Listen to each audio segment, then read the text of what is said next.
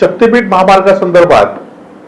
सिंधुदुर्ग जिल्ह्यामध्ये शक्तीपीठ महामार्गाला कुठलाही फायदा होणार नाही। उलट पक्षी शक्तीपीठ मार्गामुळे सिंधुदुर्ग जिल्ह्याच्या पर्यटन आणि व्यापारी दृष्टिकोनाला मोठा नुकसान होणार आहे। शक्तीपीठाची घोषणा माननीय मुख्यमंत्र्यांनी केली आणि त्याला शेतकऱ्यांचा विरोध आहे हा भाग एक आहे, परंतु दुसऱ्या भागामध्ये शक्तीपीठ महामार्गाचा नवीन जो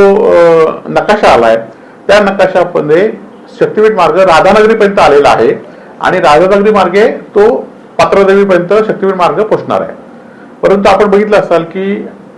जर शक्तीपीठ महामार्ग हा पात्रदेवीपासून सुरू झाला तर तो सातारापर्यंत पॅरलल रोड शक्तीपीठ मार्ग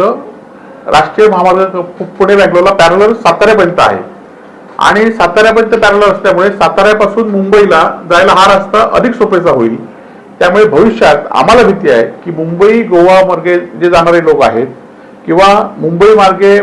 किंवा गोवा मार्गे पर्यटनाच्या सिंधुदुर्गात येणारे लोक आहेत हे सिंधुदुर्ग जिल्ह्यात न येता पात्रदेवी मार्गे डायरेक्ट एक तर साताऱ्याला जाऊ शकतात किंवा मुंबईवर येणारे लोक हे डायरेक्ट पात्रदेवीमध्ये येऊ शकतात आणि त्यामुळे व्यापारी दृष्ट्या या महामार्गाचं सिंधुदुर्ग जिल्ह्यात मोठं नुकसान होणार आहे। त्यामुळे हा महामार्ग खरं तर महामार्गाला आमचा विरोध नाही आहे, परंतु जर हा महामार्ग राधानगरीमध्ये येत असेल आणि 30 किलोमीटर मुख्य गोवा मुंबई मार्गाला तो जोडत असेल तर या महामार्गामुळे कणकवली, कसाल, ओरस, कुडाळ,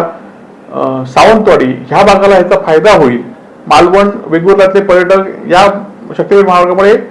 जिल्ह्यातच राहतील, परंतु जर असा मार्ग झाला तर मात्र गोव्याला येणारे पर्यटक हे डायरेक्ट गोव्याला जातील आणि सिंधुदुर्ग जिल्ह्यातील जसं आता आपण बघितलं असाल की अखेर सावंतवाडी शहर बाजूला पडलं मुंबई गोवा मार्गामुळे, तसंच भविष्यात शक्तीपीठ महामार्ग झाला तर भविष्यात आम्हाला भीती आहे की शक्तीपीठ महामार्ग झाला तर कुडाळ,